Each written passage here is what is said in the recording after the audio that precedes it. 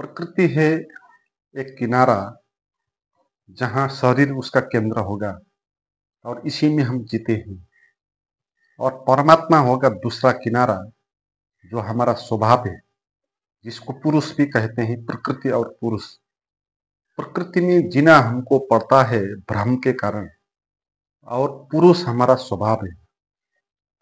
तो ये जो आध्यात्मिक यात्रा है, ये प्रकृति से पुरुष की तरफ की यात्रा है। इस शरीर से आत्मा की तरफ, चेतना की तरफ की यात्रा है। इस शरीर के किनारे पे हम जिस तरह अटके हैं, इसके बंधन में हैं, कैसे इस बंधन से मुक्त होके हम उस किनारा तक पहुंचे, ये बात अध्यात्म में महत्वपूर्ण है। तो इसके लिए सबसे महत्वपूर्ण जो आध्यात्मिक ज्ञान है वो ये है कि प्रकृति के साथ जितना आप संघर्ष करेंगे उतनी विकृति बढ़ती जाएगी, उतना आप बंधन में फंसते जाएंगे। और प्रकृति के साथ जितनी आपकी मैत्री होगी, जितना मैत्री साधेंगे प्रकृति के साथ, उतना आप प्रकृति के अतिक्रमण करेंगे और इस किनारा को छोड़ के आप उस चैतन्य के किनारा तक आप पहुंच जाएंगे। तो महत्वपूर्ण बात इसमें यह है कि प्रकृति के साथ संघर्ष नहीं, मैत्री साधना है। पहले समझे कि प्रकृति के साथ हम कैसे संघर्ष करते हैं। हमारी जो वस्तु स्थिति है उसको समझना है पहले। और प्रकृति यानी जो भी ये शरीर, उसका गुण धर्म है। मन भी शरीर का ही अंग है। शरीर और मन में जो भी गुण धर्म है वो सब प्रकृति है। जैसे शरीर में काम उठेगा, क्रोध होगा, लोभ होगा, ईर्ष्या होगा, दुख होगा, तनाव होगा। जो व्याकरण शास्त्र है, साहित्य शास्त्र है, उसमें कहा गया 9 किस्म के वृत्तियां होती हैं हमारे शरीर में, हमारे मन में। जैसे वीरता हो गया, प्रेम हो गया, हास्य हो गया, करुणा हो गया, भय हो गया, आश्चर्य हो गया, घृणा हो गया, शांति हो गया। तो इस किस्म के 9 किस्म के जो वृत्ति हैं हमारे शरीर और मन में हैं। तो ये जो वृत्ति हैं ये प्रकृति की है, ये प्रकृति है। और इसी वृत्तियों में हम फंसे हुए हैं। जैसे क्रोध पैदा हो गया, भय पैदा हो गया, तनाव पैदा हो गया, तो हम उसके साथ उलझ जाएंगे, उसके पीड़ा में हम दब जाएंगे, उसके नीचे दब जाएंगे, है ना। तो क्यों ऐसा हो रहा है, क्यों हम प्रकृति के नीचे दब रहे हैं, जबकि हमारा स्वभाव है पुरुष, जबकि प्रकृति हमारा स्वभाव नहीं है, ये शरीर का स्वभाव है, हम शरीर नहीं है। मगर ये जो हो रहा है प्रकृति के साथ दबना, ये इस कारण हो रहा है कि हम प्रकृति के साथ संघर्ष कर रहे हैं। इस संघर्ष से विकृति पैदा होती है।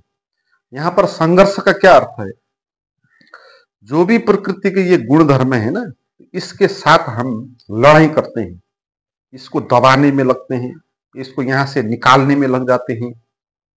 तो इनके साथ हम प्रतिपल एक संघर्ष करते रहते हैं। जैसे क्रोध पैदा हो गया तो हम एकदम से कहने लग जाएंगे कि क्रोध नहीं होना चाहिए, क्यों हुआ।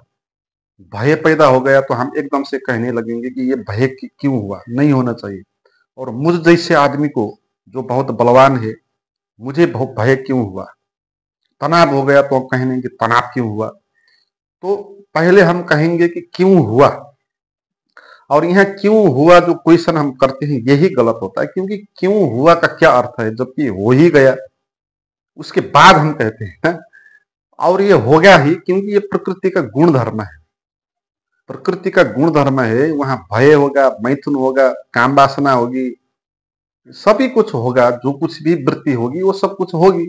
आपको कहीं हंसी भी लगेगी, कहीं भी दुख भी होगा, कहीं आपको आश्चर्य भी होगा, पीड़ा भी होगा। तो ये सब होगा क्योंकि ये प्रकृति का गुण धर्म है ना। जैसे आग का गुण धर्म है वो ताप, तो आप कहेंगे कि आग में ताप क्यों होता है, तो संघर्ष करेंगे तो आप ही पागल हो जाएंगे और आग का जो ताप है वो कम नहीं होगा। हवा का स्वभाव है वो बहती है। आप कहेंगे अगर कि हवा क्यों बहती है, न्यू बहना चाहिए, नहीं बहना चाहिए, तो हवा तो बहती रहेगी मगर आप इसमें उलझ जाएंगे। इसी तरह हम शरीर और मन में उलझ गए हैं ना, क्योंकि संघर्ष करने के कारण हम संघर्ष करते हैं।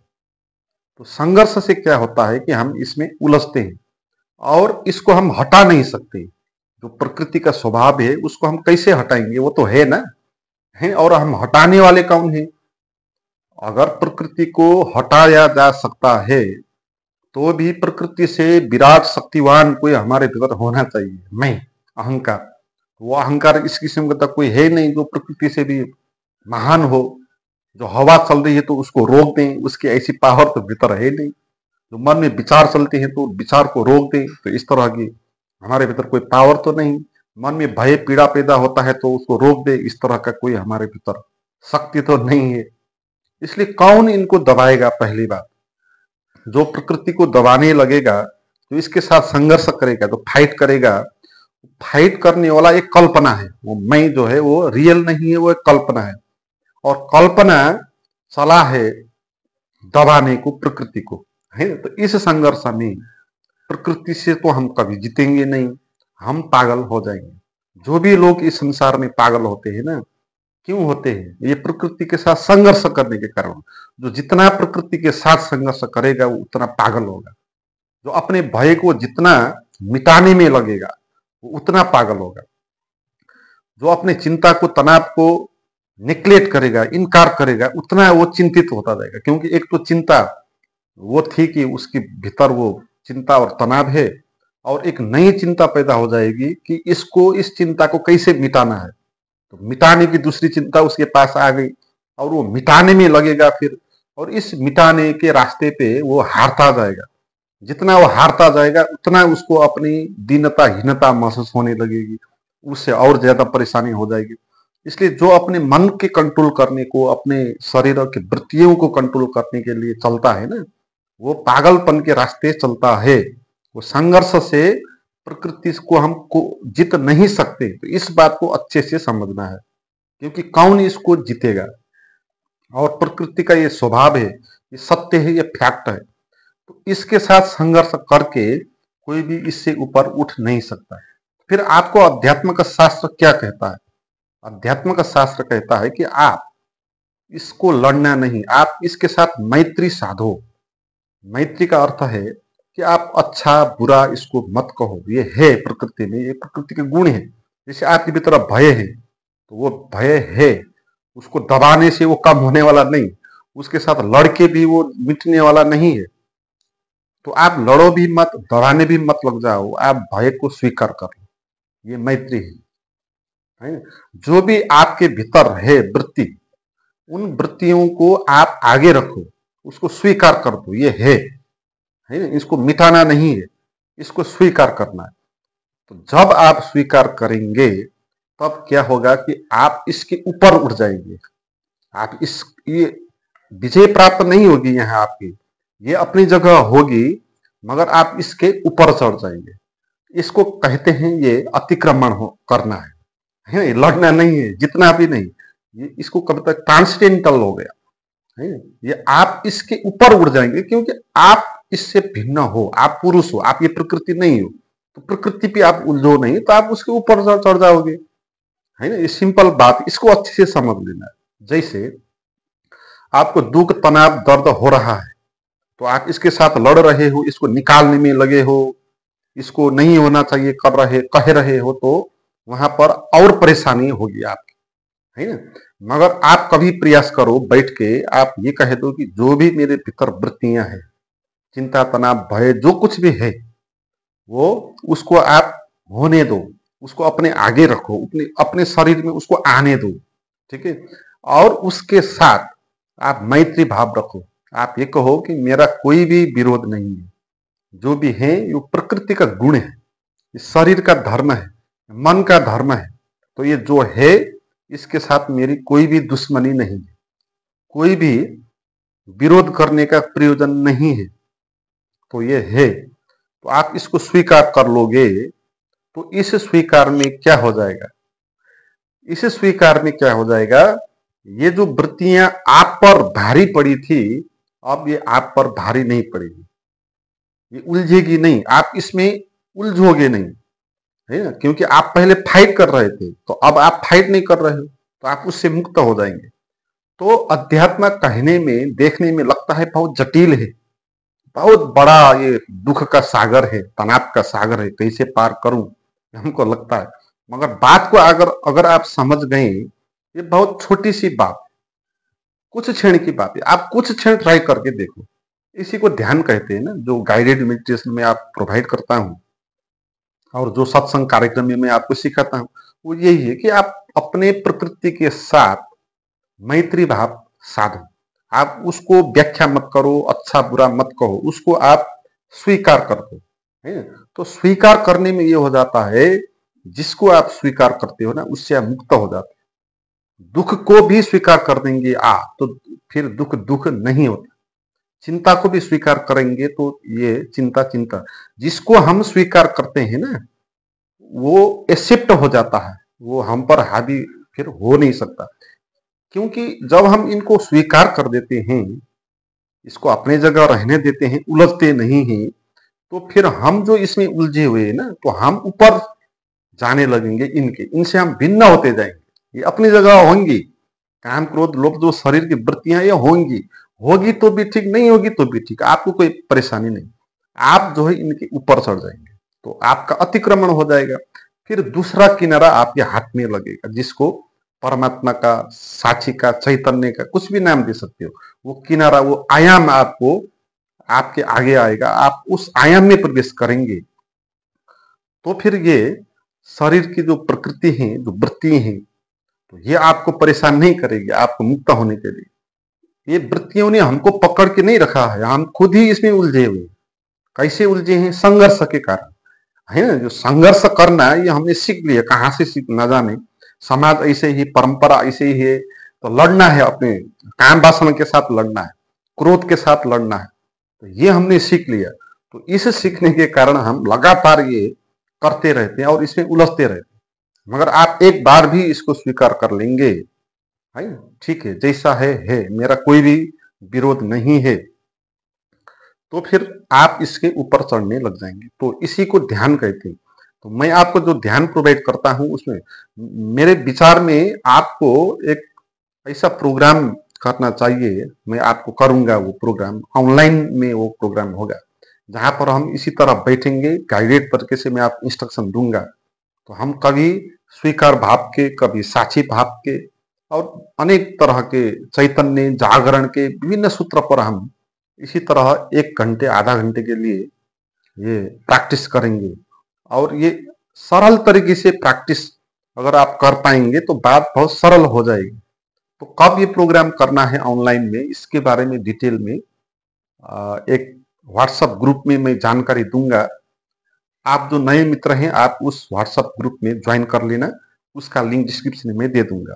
तो स्वीकार भाव सबसे महत्वपूर्ण बात होती है, वही सूत्र है। आपको स्वीकार करना है ना, तो कुछ करना नहीं है आपको, जो जैसा है वो है।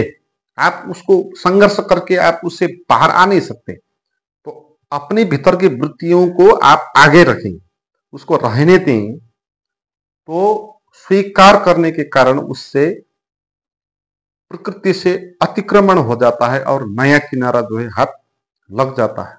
तो लड़ना नहीं है, ऊपर उठना है। ऊपर उठने के लिए आप लड़ेंगे तो उसी में उलझ जाएंगे ना, तो कैसे आप ऊपर उड़ेंगे? जैसे आप किसी मित्रों के साथ विवाद कर रहे हैं, तो आपको घर जाना है, तो जब तक आप विवाद करते रहेंगे तब तक घर जाना है आपका कैसा होगा? आप तो उस विवाद में ही उलझे रहेंगे। तो आपका और कोई काम है तो वो काम भी आप छोड़ के उसी में उलझेंगे, है? तो अगर आपको दूसरा कोई काम करना हो तो उस बात को छोड़ देना चाहिए, उस विवाद को, उसको स्वीकार कर लेना चाहिए। ठीक है, तो जो करना है कर, मैं उलझने वाला नहीं, है। तो आप उसमें उलझो मत। तो नहीं उलझने का जो सूत्र है वो है स्वीकार का भाव, या मैत्री का भाव, कुछ भी कह सकते हैं। मैत्री भाव भी बहुत अच्छा शब्द है। मैत्री का अर्थ होता है आप किसी के ऊपर भी किसी से विरोध नहीं करते, हिंसा की दृष्टि से आप नहीं देखते, उसको इग्नोर करके आप देखते नहीं, है ना। ये मैत्री भाव है। किसी को मित्र बनाना ही मैत्री भाव नहीं है, अपने साथ भी सही व्यवहार करना, ये मैत्री भाव। जैसे घोड़े होते हैं ना, तो घोड़े को, जैसे जंगली घोड़े होते हैं, तो आप उसको कंट्रोल में ला नहीं सकते। जंगली घोड़ा है, आप उसके ऊपर बैठ के उसको सही डायरेक्शन दे के आप ले जा नहीं सकते, क्योंकि वो जंगली है, वो कंट्रोल में नहीं आने वाला। मगर आपको 1-2 महीने उस घोड़े के साथ रहना होगा, मैत्री भाव साधनी होगी, उसके साथ दोस्ती बनानी होगी। जब आप दोस्त बन जाएंगे तब घोड़े आपका आज्ञा का पालन करेगा, तो बाद में आप उस घोड़े को आराम से चला सकते हैं। तो दोस्ती बनानी है। हम हमारे भीतर भी ये घोड़े हैं, ये जंगली घोड़े हैं। प्रकृति जंगली घोड़ा है, वो अराजक है। प्रकृति प्रकृति प्यासी है, भूखी प्यासी है। तो उसको भूख मिटाना है, प्यास मिटाना है, काम वासना मिटाना है। तो इसको पाने के लिए प्रकृति अराजक होगी, है ना। वो सही गलत को देखेगी नहीं, एक जंगली घोड़े जैसी होगी। मगर इसके साथ आप दोस्ती साधना है ना, दोस्ती बनानी है। तो दोस्ती बनाने का फॉर्मूला क्या है कि विरोध नहीं करना है। विरोध नहीं करके अपने भीतर की वृत्तियों के साथ रहना है, ये मैत्रीवाद है।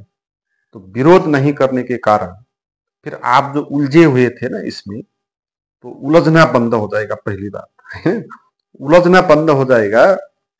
फिर आपकी यात्रा प्रकृति से भी आगे बढ़ेगी और ये वृत्ति नीचे छूट जाएगी, शरीर भी नीचे छूट जाएगा। आपको ऐसा अनुभव होगा कि शरीर भी नहीं है, वृत्ति भी नहीं है, कुछ भी नहीं है।